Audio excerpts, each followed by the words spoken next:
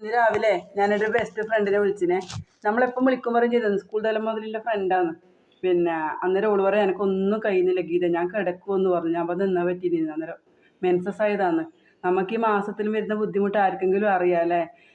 അടിവയറിൽ ഇങ്ങനെ നുറുങ്ങിപ്പോകുന്ന വേദനയും ദേഹം മൊത്തം തളർച്ചയും അല്ലേ? ഓരോ മാസം നമ്മളിത് അനുഭവിക്കണ്ടേ? എന്നാ അവസ്ഥ അല്ലേ? ഒപ്പം നിൽക്കുന്ന ഒരുപാട് ആൾക്കാരുണ്ട്, ഹസ്ബൻഡായാലും മക്കളായാലും ഒപ്പം നിൽക്കുന്നവരുണ്ട്. പക്ഷെ ഭൂരിഭാഗം പേർക്കും ഇതിൻ്റെ വിഷമവും അറിയാം, പക്ഷെ അവരറിഞ്ഞതായി ഭാവിക്കൂല. രാവിലെ എണീറ്റ് എല്ലാ പണിയും നമ്മൾ ചെയ്യണ്ടേ? ഇല്ല, കുട്ടിക്ക് കൊണ്ടുപോകേണ്ടി ആക്കണം, ഭർത്താവിന് കൊണ്ടുപോകേണ്ടി ആക്കണം, എല്ലാം കഴിഞ്ഞിട്ട് വേണ്ട നമുക്കൊന്ന് കിടക്കാൻ.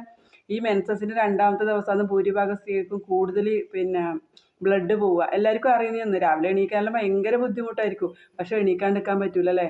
അന്നേരം കൈ പിടിക്കാൻ നമുക്കൊരാൾ വേണം തോന്നും അല്ലേ? നമ്മളൊന്നിച്ച് കൂടെ നിൽക്കാൻ. ശരിക്കും ആ 4 ദിവസം ഫുൾ റെസ്റ്റ് വേണ്ടുന്നതാണ്, പക്ഷെ അത് ആരും മനസ്സിലാക്കുന്നില്ല.